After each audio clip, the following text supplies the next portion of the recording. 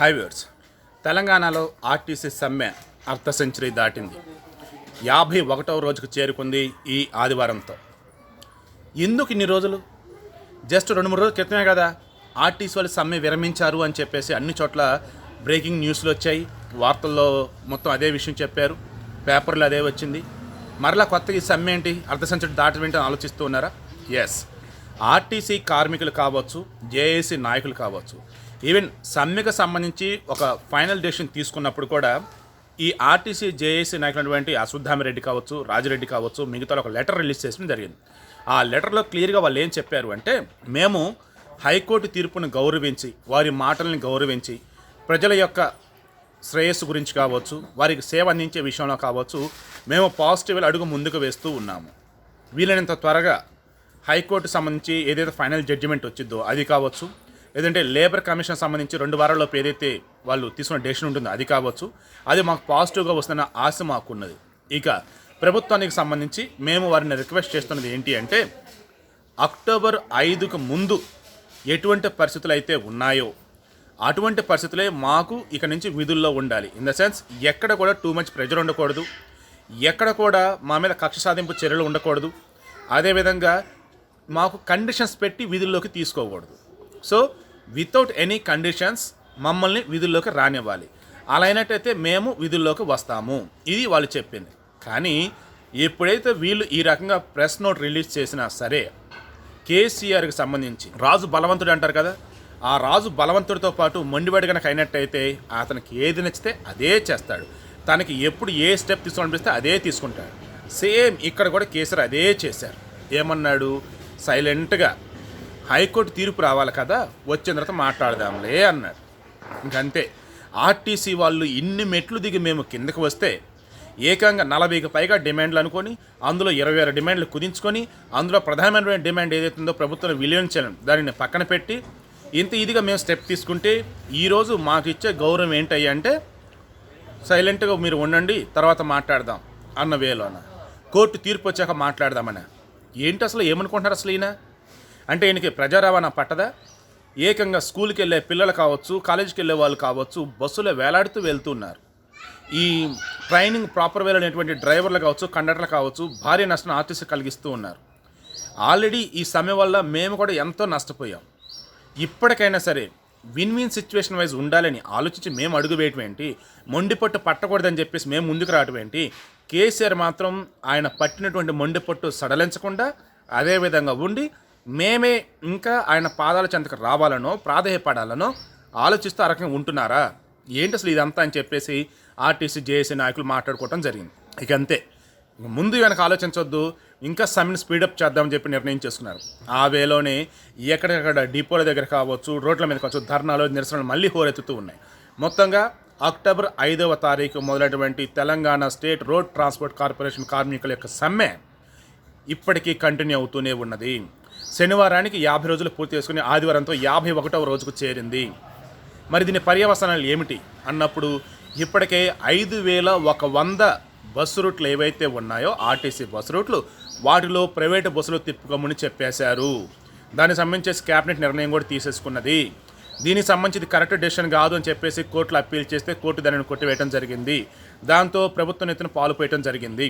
అదేవిధంగా ఈ సమ్మె వల్ల ప్రభుత్వం ఎన్నాళ్ళ నుంచి అనుకుంటున్నది, ఏకంగా 2001-2002 టైంలోనే ఇదే ఆర్టీసీ వాళ్ళు సమ్మె చేశారు చంద్రబాబు నాయుడుకి వ్యతిరేకంగా. ఏమని, తెలంగాణకు సంబంధించి కావచ్చు, ఆంధ్రప్రదేశ్ సంబంధించి కావచ్చు, అప్పుడు ఉమ్మడిగా ఉన్నది Andhra Pradesh state road transport corporation అప్పుడు ఉన్నది. ఓకే, ఆ ఉమ్మడిగా ఉన్నటువంటి ఏపీఎస్ఆర్టీసీకి సంబంధించి ప్రైవేటు పరం చేద్దామని కానీ, ప్రైవేటు బస్సులను పర్మిషన్ ఇద్దామని కానీ ఈవేళ చంద్రబాబు నాయుడు ఆలోచిస్తున్నాడని తెలిసింది.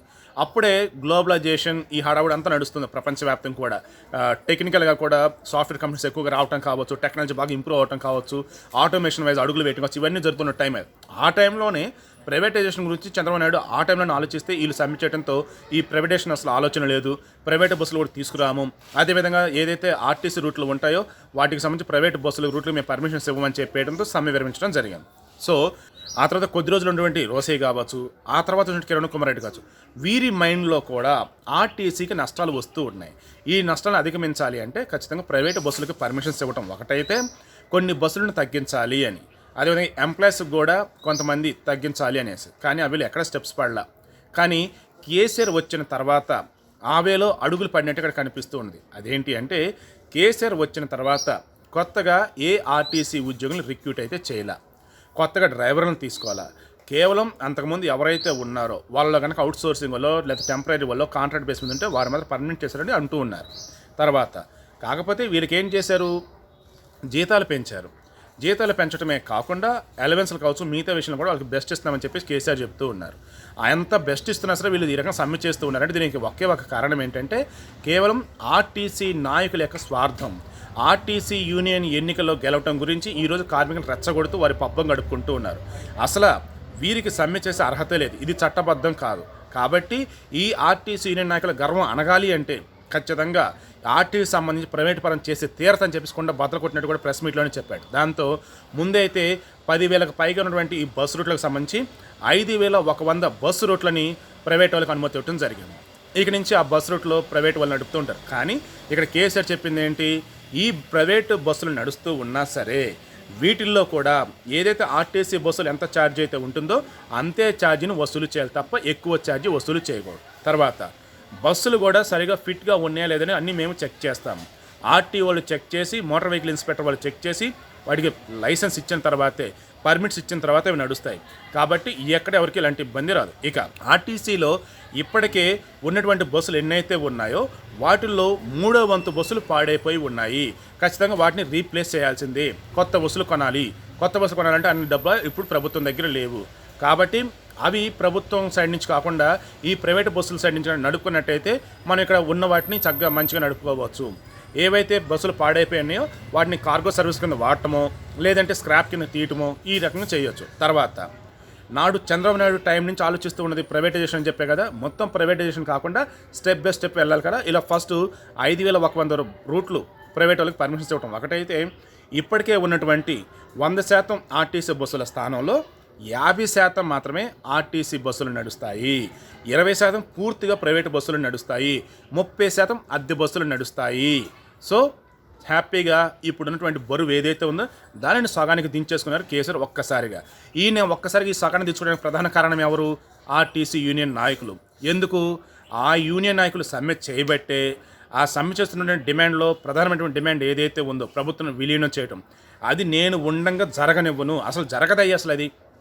దానివల్ల మేలు కన్నా నష్టమే ఎక్కువ జరిగిందని ఏదైతే కేసీఆర్ చెప్పారో అదే ఈరోజు ఏపీఎస్ ఆర్టీసీని ప్రభుత్వం విలీనం చేస్తున్నటువంటి కమిటీలు కూడా అదే తెలుస్తున్నాయి. ఏం తెలుస్తూ ఉన్నాయి అన్నప్పుడు అక్కడ ఎవరైతే ఒక ప్రభుత్వంలో ఒక ముఖ్య కార్యదర్శి ఉంటారో ఆయనకిచ్చే జీతం కన్నా ఆర్టీసీలో ఎగ్జిక్యూటివ్ డైరెక్టర్ ఎవరైతే ఉంటారో ఆయనకిచ్చే జీతం భారీగా ఉందట. తర్వాత ఒక జిల్లా కలెక్టర్ కన్నా ఒక ఆర్టీసీ రీజనల్ మేనేజర్కి ఇచ్చే జీతం ఎక్కువగా ఉందట. అదేవిధంగా డిపో మేనేజర్ శాలరీస్ ఎక్కువే. ఇలా చూసుకుంటూ ఉన్నప్పుడు వారికి మధ్య మధ్య ఇచ్చే అలవెన్స్లు కూడా భారీగా ఉన్నాయట. ఇన్ ద సెన్స్ ప్రభుత్వంలో కనుక విలీనం కనుక చేసినట్లయితే ఖచ్చితంగా ఏం చేయాలి, హైరార్కీ వైజ్ చూసుకోవాలి. చీఫ్ సెక్రటరీ, ఆ తర్వాత ప్రిన్సిపల్ సెక్రటరీ ఈ వేళ వెళ్తూ ఉన్నప్పుడు జీతాలు కూడా ఆ వేళ తగ్గుతూ వస్తాయి. ఇలా చూసుకుంటూ ఉన్నప్పుడు ఆర్టీసీ ఈడీ ఏ ప్లేస్లో ఉండాలి, ఆయనకి ఏ డిజిగ్నేషన్ ఇవ్వాలి, ఆర్టీసీ రీజనల్ మేనేజర్కి ఏ డిజిగ్నేషన్ ఇవ్వాలి, అదే డిపో మేనేజర్కి ఏ డిజిగ్నేషన్ ఇవ్వాలి. సో ఈ వేళ చూసుకుంటూ ఉన్నట్టు ఖచ్చితంగా జీతాలు మాత్రం భారీగా తగ్గుతాయట ఈ ఆర్టీసీ ఎంప్లాయీస్. కాకపోతే వారికి ప్రభుత్వం సైడ్ నుంచి రావాల్సిన బెనిఫిట్స్ ఏమైతే ఉంటాయో అవి మాత్రం కొన్ని వస్తాయని తెలుస్తుంది. మళ్ళీ అందులో కూడా ఏదైతే జనరల్ పెన్షన్ స్కీమ్ ఏదైతే ఉందో అది కాకుండా కాంట్రిబ్యూటరీ పెన్షన్ స్కీమే వాళ్ళకి ఇంప్లిమెంట్ చేస్తామని చెప్తున్నారు ఏపీలో. దానికి సంబంధించి ఆల్రెడీ కొన్ని ఇష్యూస్ నడుస్తున్నాయి. ఏదైతే కేసీఆర్ ఒక డౌట్ ఎక్స్ప్రెస్ చేశాడు, మన్ను మషన్ ఏమీ లేదు, అక్కడ ఇంకా ఏం రాలేదు, కమిటీ నివేదిక ఇవ్వలేదు, అది ఇవ్వాలి, ఆ తర్వాత తెలియాలి, అది పెద్ద తలనొప్పయ్యా బాబు, విలీనం చేయడం వల్ల వచ్చే లాభం కన్నా భయంకర నష్టాన్ని కేసీఆర్ ఏదైతే చెప్పారో అదే ఈరోజు ఏపీలో కనిపిస్తోంది. సో కేసీఆర్ ఏదైతే ఇక్కడ టీఎస్ఆర్టీసీని ప్రభుత్వం విలీనం చేయడం మంచిది కదని చెప్పాడో ఈ వేళలో అక్కడ ఏపీఎస్ఆర్టీసీ సంబంధించి వాళ్ళు నిపుణుల కమిటీ ఏదైతే ఉందో వాళ్ళు నెమ్మదిగా లెక్కలు తేలుస్తూ ఉన్నారు. సో ఇక ఈ వేళ కూడా కేసీఆర్ నేతలు పాలు పోసినట్లే. సో ఒక పక్క ఏపీఎస్ఆర్టీసీని ప్రభుత్వం విలీనం చేయాలని చెప్పేసి ఏదైతే ఒక కమిటీని వేశారో ఆ కమిటీ బయటికి చెప్తున్న కొన్ని విషయాలు కావచ్చు, ఇక్కడ ఈ యూనియన్ నాయకులకు సంబంధించి ఏదైతే వాళ్ళు ప్రధాన డిమాండ్లు పెట్టేసి మొండిగా ఉన్నారో అవి కావచ్చు. హైకోర్టు వచ్చేటప్పటికి మేము పూర్తిగా ఇన్వాల్వ్ కాలేము, మేము ఒక సైడ్ ఏది చెప్పలేము, ఇంకో సైడ్ ఏది చెప్పలేము, మాకంటూ కొన్ని పరిధులు ఉండాలి, ఎంతవరకు ఉండాలో అంతవరకే మేము ఉంటాం తప్ప వేరేది చేయమని చెప్పేసి హైకోర్టు వాళ్ళు ఏదైతే చెప్పారో వీళ్ళు అంతా కలగలిపి ఓ పక్క ఆర్టీసీ యూనియన్ నాయకులు, ఓ పక్క హైకోర్టు, ఓ పక్క ఏపీఎస్ ఆర్టీసీ మీద నియమించిన కమిటీ, ఇవన్నీ కూడా కేసీఆర్ ఫుల్ ప్లస్ అయి కూర్చున్నాయి. దీంతో హ్యాపీగా తాను ఏదైతే అనుకున్నాడో అదే వేళ ముందుకు వెళ్తూ ఉన్నాడు. ఇక ఇప్పుడు ఆయన పదే పదే చెప్తున్నది ఏంటయ్యా ఏంటి అన్నప్పుడు బయటికి రాలేదు, కానీ ఆయన సన్నిహితులు చెప్పింది ఏంటంటే ఖచ్చితంగా షరతులు లేకుండా మమ్మల్ని విధుల్లోకి తీసుకున్న ఆర్టీసీ యూనియన్ నాయకులు చెప్పారు. కానీ కేసీఆర్ పెట్టబోతున్న 2 షరతులు ప్రధానమైనటువంటి. ఫస్ట్ థింగ్, ఇక ఎప్పుడూ కూడా ప్రభుత్వంలో ఆర్టీసీని విలీనం చేయాలని చెప్పి మాట కూడా నోటికి రానివ్వను అని చెప్పేసి ఒకటి అన్నారు. తర్వాత నెంబర్ 2, సంజాయిషి కోరుకుంటూ మా ఏదైతే సబ్మిట్ చేసిన టైం ఉందో ఇదంతా కూడా మాకు జీతం ఉంది, ఇదంతా కూడా లాస్ ఆఫ్ పే అని పరిగణించి ఎర్నడ్ లీవ్ కింద దీన్ని కన్సిడర్ చేయకుండా మమ్మల్ని విధుల్లోకి తీసుకోవడం చెప్పాలట. అంటే ఈ 50 రోజులు ఏదైతే వాళ్ళు సబ్మిట్ చేస్తారో ఈ సమ్మె రోజులు అన్నిటి కూడా జీతం రాదు. సో ఈ 2 డిమాండ్లు కనుక వారు కనుక చెప్పినట్టయితే మరో 3వ డిమాండ్ వచ్చింది అనమాట. ఎందుకంటే 3వ షరత్ అనేది వస్తుంది. ఇదేంటి అంటే ఇక మీదట ఎప్పుడు అసలు స్ట్రైక్ చేయమని చెప్పేసి మీరు మాకు హామీ ఇవ్వాలి అన్నవేళ. సో వీటికి సంబంధించి కూడా ఈ ఆర్టీసీ యూనియన్ నాయకులు ఎవరైతే ఉన్నారో వాళ్ళ సైడ్ నుంచే కనుక దీనికి సంబంధించి కూడా ఏదైనా కనుక మాట వస్తే అప్పుడు కేసీఆర్ అడుగు ముందుకు వేస్తారట. ఈ వేలో కేసీఆర్ ఎంత మొండిగా ఉన్నాడు. సో కన్క్లూజన్ అయితే ఈరోజు ఒకే ఒకటి, 50 రోజులు దాటి ఆర్టీసీ సమ్మె కనుక సెంచరీ దిశగా వెళ్ళాలా లేదా అన్నది ఆర్టీసీ యూనియన్ నాయకుల చేతుల్లో మాత్రమే లేదు, ఖచ్చితంగా ఇది ఉన్నది కేసీఆర్ చేతిలోనే అని స్పష్టంగా కనిపిస్తుంది.